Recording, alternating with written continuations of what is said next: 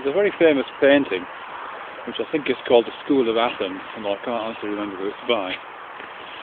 And it shows a number of men, which I presume are Greeks, dressed in togas, deep in thought, and right at the centre of the picture, facing forward and apparently moving forward, two men which I think are supposed to represent Plato and Aristotle. And one of the things that's interesting about it is the gestures that they're making with their hands, these two chaps in the middle. Plato is pointing straight up like this, and Aristotle has his hand out flat, like that. And my understanding is that the reason why these gestures are being made is that they're supposedly in some sort of discussion about the nature of being and the absolute truth of what reality is like. And Aristotle is basically saying something like, this is it. The world is as it appears to be, and he holds his hand flat to indicate that. And Plato is pointing upwards to indicate the world of ideal forms, of which this world that we walk around in is a kind of shadow, or a lesser and more imperfect version. One of the things many things that interest me about those ideas, one of the things that interests me is why Plato chooses to point upwards to indicate this other world, and why Aristotle chooses to lay his hand flat. I should say, of course, why the painter chooses to represent them in that way. Why are they doing those particular gestures to represent the world as it is and an ideal world?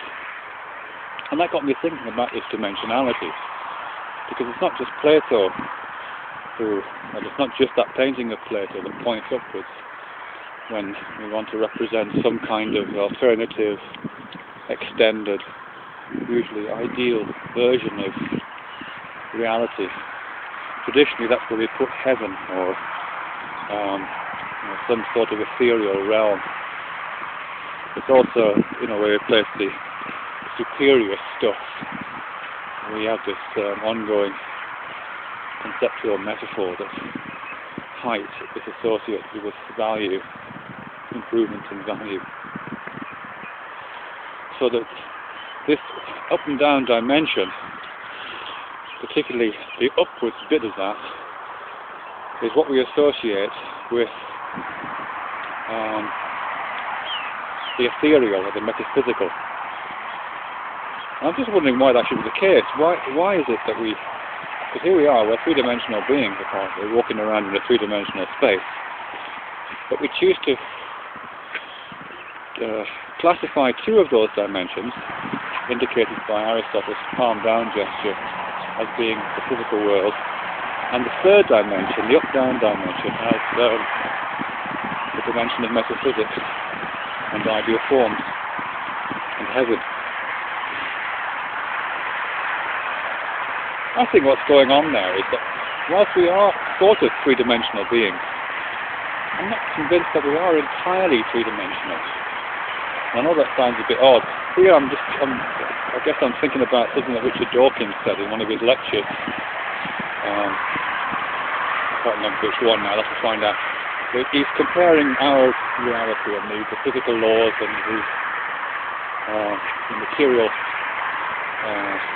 inevitabilities that we face because of our particular embodiment. He's comparing that to life as a pond skater that spends his whole life just with his feet gently resting on the water, supported by surface tension. And he said it's a completely different world being a pond skater. Talking about consciousness, if it did, it would be effectively living in a two-dimensional world.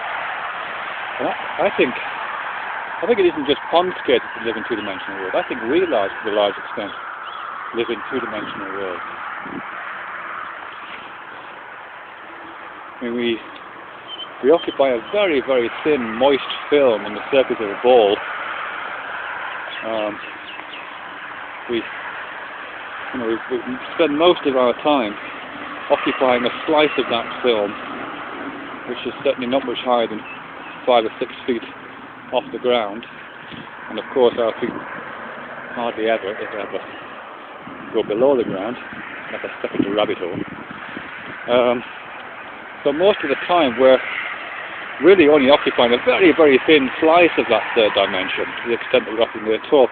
Whereas, of course, looking around, there's a huge extent of the other two dimensions.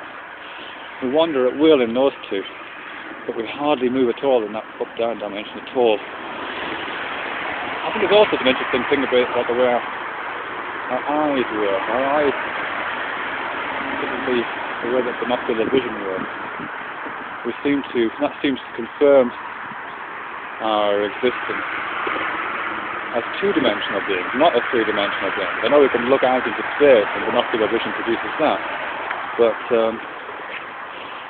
the fact that our eyes are side by side seems to give us a two-dimensional landscape version of the world, not a third-dimensional portrait version.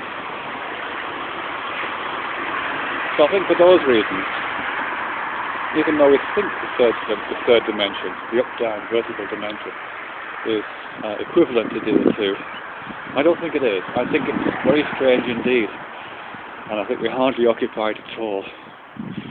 And I think it's for that reason that when we want to try to indicate other ways of being, other secret lands, places beyond the sort of Edwin Abbott flatland that we live in, we don't do what Aristotle did, the point where Plato pointed.